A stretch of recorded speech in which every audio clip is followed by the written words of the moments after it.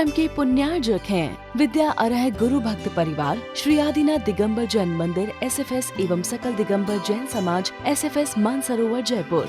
श्री मुनि सुव्रतनाथ दिगंबर जैन मंदिर शांति विहार कल्याण नगर जयपुर। श्री पारसनाथ दिगंबर जैन मंदिर प्रताप नगर सेक्टर 3 जयपुर। श्रीमती सुशीला देवी भागचंद जी CA रवि, श्रीमती प्रीति जैन, बेटा बेटी सिद्धि काव्य, समस्त काशलीवाल परिवार रफीगंज वाले सूरत गुजरात।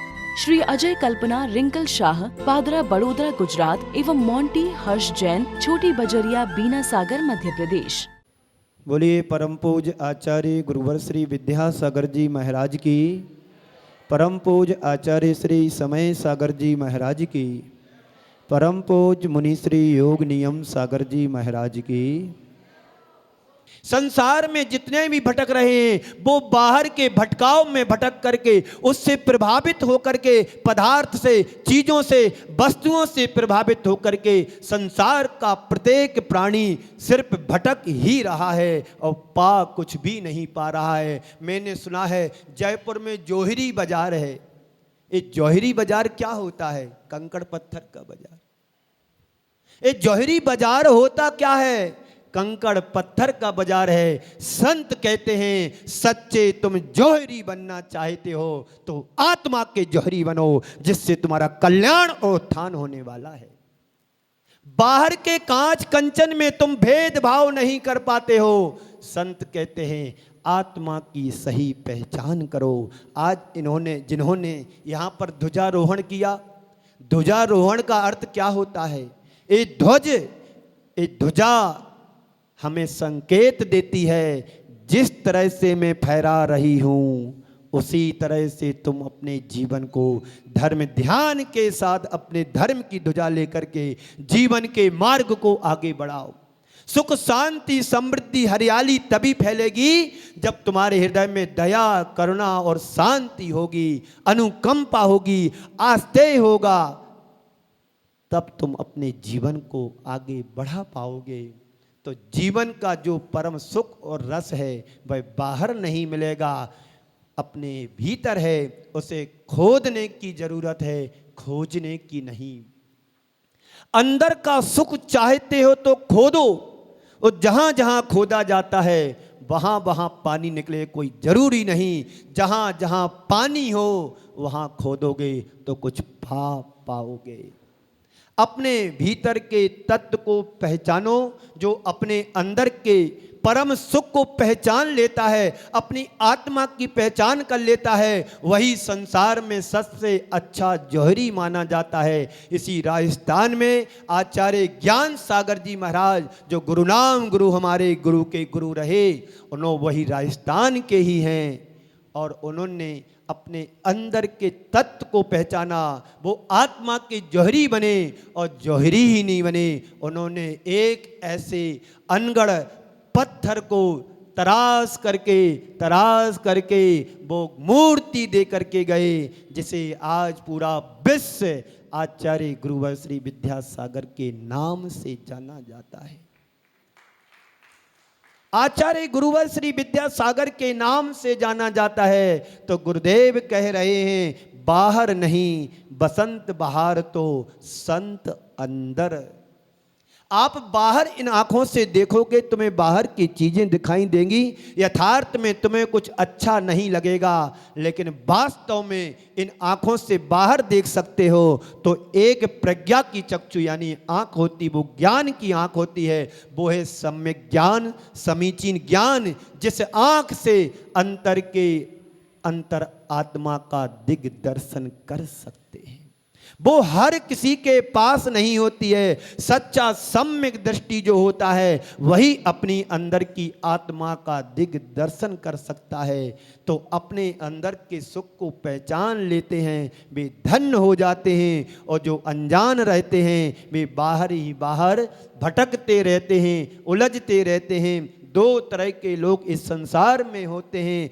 एक वे होते हैं केवल पदार्थों के सुख की चाह रखते हैं, सारे जीवन पदार्थ और पदार्थ जन भोग के माध्यम से सुख की तलाश करते रहते हैं और सारा जीवन व्यतीत हो जाता है। दूसरे वे लोग होते हैं जिन्हें जीवन के यथार्थ का बोध हो जाता है और वास्तव में अपने सुख की चाह में संसार के सुखानुभूति सुख को छोड़ करके आनंदानुभूति की चाह में संसार को छोड़ करके वैराग और मोक्ष के मार्ग पर आगे बढ़ जाते हैं। वास्तव में उन्हीं का जीवन सच्चा जीवन है, वही अपने जीवन को धन्य कर पाते हैं, वरना धन जोड़ते जोड़ते एक दिन हमारा जीवन का निधन हो जाता है और हम अपने जीवन में कुछ प्राप्त नहीं कर पाते हैं। तो जो पारमार्थिक से जुड़ता है वो अपने जीवन के अर्थ का मूल्यांकन कर लेता है। बंधुओं, कागज का अपना कोई मूल्य नहीं होता है, कागज का अपना कोई मूल्य नहीं होता है। जब उसी कागज पर किसी विशिष्ट के साइन हो जाते हैं तो वही कागज बड़ा मूल्यवान हो जाता है। हर व्यक्ति का कोई मूल्य नहीं होता है। जब व्यक्ति के साथ सम्यक्त जुड़ जाता है, जब व्यक्ति के साथ धर्म जुड़ जाता है और जब व्यक्ति के साथ संयम और व्रत जुड़ जाते हैं, उसी व्यक्ति की कीमत बड़ी मूल्यवान हो जाती है। बंधुओं, आज 4 शब्द में आपसे कहूँगा, पदार्थ, यथार्थ।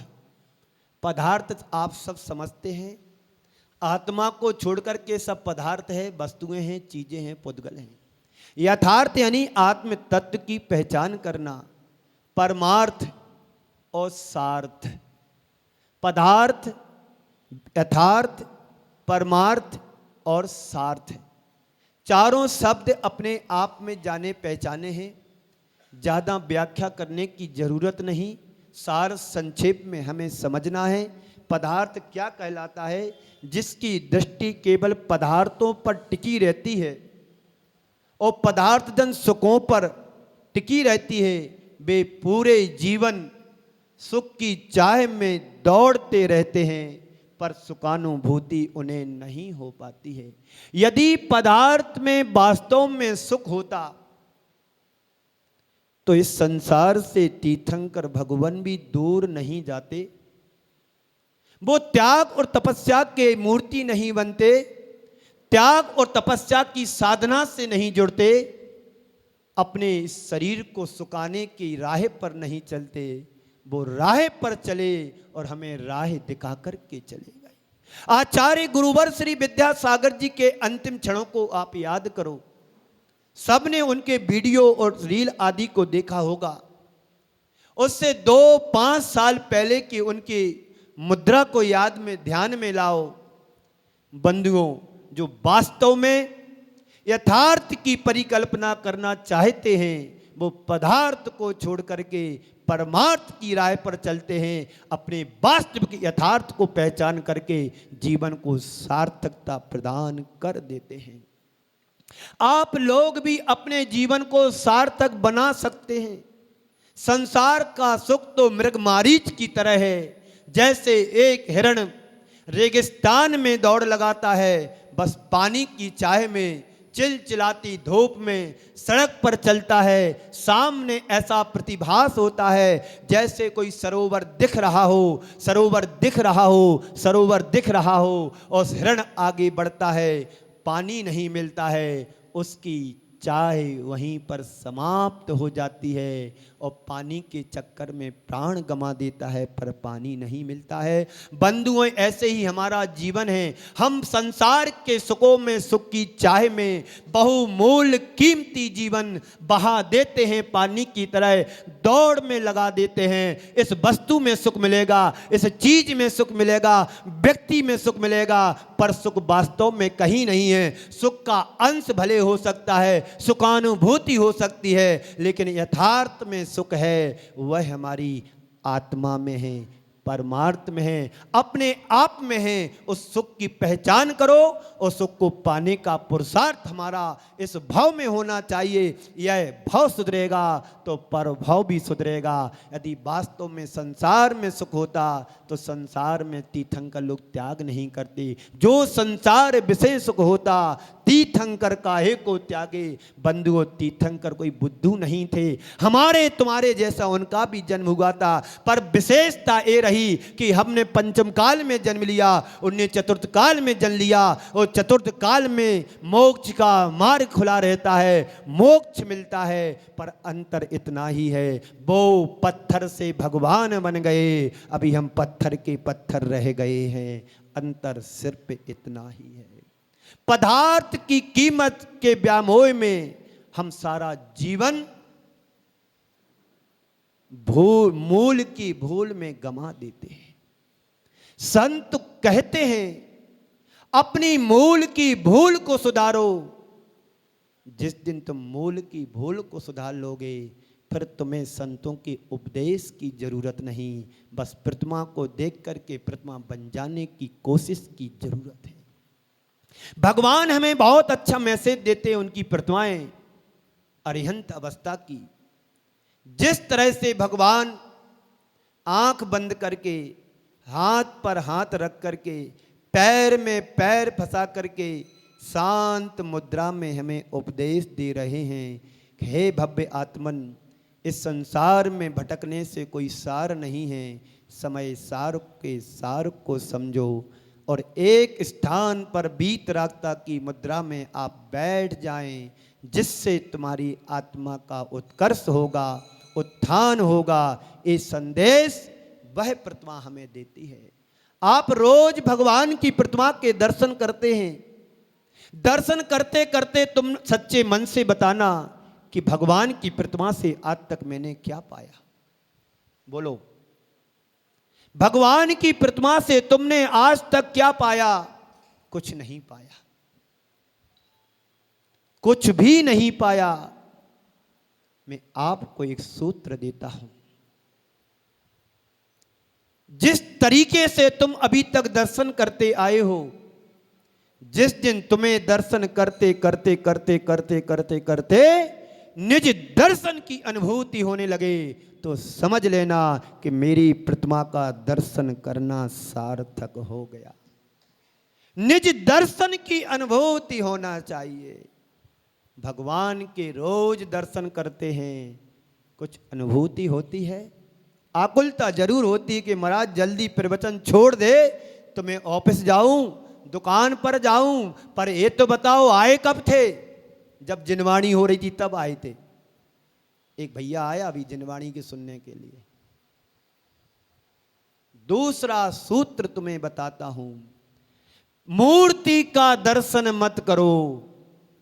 ध्यान से सुनना, मैं बार बार अपने प्रवचनों में बोलता हूं, घर की बात कान से सुनो। कल परसों बोला था ना, घर की बात कान से सुनो और धर्म सभा की बात ध्यान से सुनो। जीवन का उत्थान और कल्याण हो जाएगा। हम इससे विपरीत करते हैं। घर की बात ध्यान से सुनते हैं तो रोज सुबह शाम झगड़े होते हैं, रोज सुबह शाम अनबन चलती है। और मंदिर की बात कान से सुनते हो तो संसार में भटकोगे और कुछ नहीं मिलेगा। पलटो बुद्धि के लिए, सही दिशा राह बतलाओ। खोटी बुद्धि से बचो, दुर्बुद्धि से बचो, सद्बुद्धि से जुड़ने का प्रयास और प्रयत्न हमारे जीवन में होना चाहिए। कल एक सज्जन मेरे पास आए, 2 दिन से बड़ी भक्ति भाव दिखा रहे थे। कल उनके घर में आहार भी हुआ, बड़े प्रफुल्लित दिख रहा था उनका चेहरा। ऐसा उनके अंदर से देखने से मुझे लग रहा था जैसे इनके लिए सब कुछ मिल गया हो। वो अनुभूति वो कर रहे थे। दोनों पति पत्नी बड़े सज्जन पुरुष मुझे दिखाई दे रहे हैं बाहर से। जो अंदर होता वही बाहर प्रकट होता। ध्यान रखना, वृत्ति हमारी क्या है तो प्रवृत्ति बनती है, और जैसी प्रवृत्ति बनती है वैसा परिणाम निकलता है। ये सिद्धांत है। तुम्हारी वृत्ति क्या है, वृत्ति क्या है, जैसी सोच तुम्हारी होगी वैसे तुम्हारी प्रवृत्ति बनेगी, एक्टिव होगी, एक्सरसाइज होगी।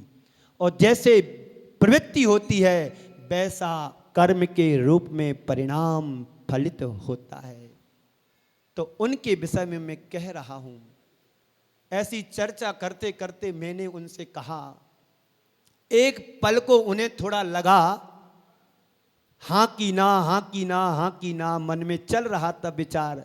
मंथन करते करते चरण पकड़ के कहते हैं कि गुरु ने यदि कोई आदेश मुझे दिया है तो मुझे सिरोद्धार है।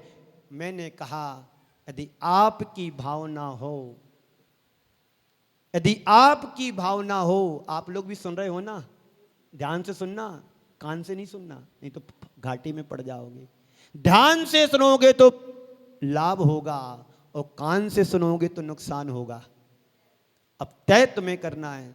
तो मैंने उनसे एक अपना भाव रखा, थोड़ा उन्हें लगा करूं कि नहीं करूं, करूं कि नहीं करूं। फिर उन्होंने चरणों को पकड़ करके कहा, जी गुरुदेव जो तुमने कहा मुझे स्वीकार है, आशीर्वाद दो। मैंने कहा इस चैनल पर मेरा प्रवचन चलता है, जुलाई से चलना शुरू होगा 7 तारीख से और पूरे 6 माह चलेगा। यदि आप चाहो तो जो तुम्हारी इच्छा हो इस चैनल के लिए प्रवचन को प्रसारण कराने में जो कुछ भी तुम्हें देना हो आप अपनी अनुमति दो, नाम दो और आपका 1 माह नाम चलेगा।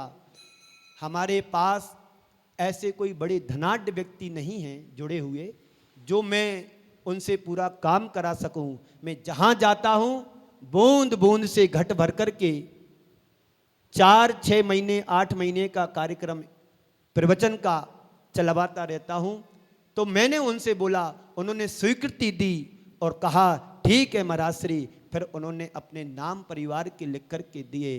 तो मैं चाहता हूं जो भी धर्म की प्रभावना में यहाँ पर सभी लोग बैठे, सभी किस्म के बैठे, अपनी अपनी अनुकूलता से यदि इस कॉलोनी के जितने भी श्रावक इस मंदिर से जुड़े हैं यदि चाहें तो 1 महीने का प्रसारण SFS मंदिर की तरफ से, समाज की तरफ से करना चाहें तो कर सकते हैं। प्रभावना में अपना द्रव्य दे करके 4 चांद लगा सकते हैं। ये आचार्यों की वाणी है, ये गुरुओं की वाणी है। मेरा अपना कुछ भी नहीं है, जो गुरु के आशीर्वाद से पाया, जो श्रेष्ठ ज्येष्ठ मुनियों से पाया, वही मैं आपके पास देता हूँ। मेरा अपना कुछ भी नहीं है, बस गुरुदेव का आशीर्वाद है। मैं यहाँ बैठता हूँ और बोलना शुरू करता हूँ तो बोलता चला जाता हूँ। घड़ी में 1 घंटा कब हो जाता है मुझे देखना पड़ता है कि अब समय फिनिश हो गया। इस कार्यक्रम के पुण्यार्जक थे विद्या अरह गुरु भक्त परिवार, श्री आदिनाथ दिगंबर जैन मंदिर SFS एवं सकल दिगंबर जैन समाज SFS मानसरोवर जयपुर, श्री मुनि सुव्रतनाथ दिगंबर जैन मंदिर, शांति विहार कल्याण नगर जयपुर, श्री पारसनाथ दिगंबर जैन मंदिर प्रताप नगर सेक्टर 3 जयपुर, श्रीमती सुशीला देवी भागचंद जी, CA रवि, श्रीमती प्रीति जैन, बेटा बेटी सिद्धि काव्य, समस्त काशलीवाल परिवार, रफीगंज वाले सूरत गुजरात, श्री अजय कल्पना रिंकल शाह, पादरा बड़ोदरा गुजरात एवं मोंटी हर्ष जैन, छोटी बजरिया बीना सागर मध्य प्रदेश।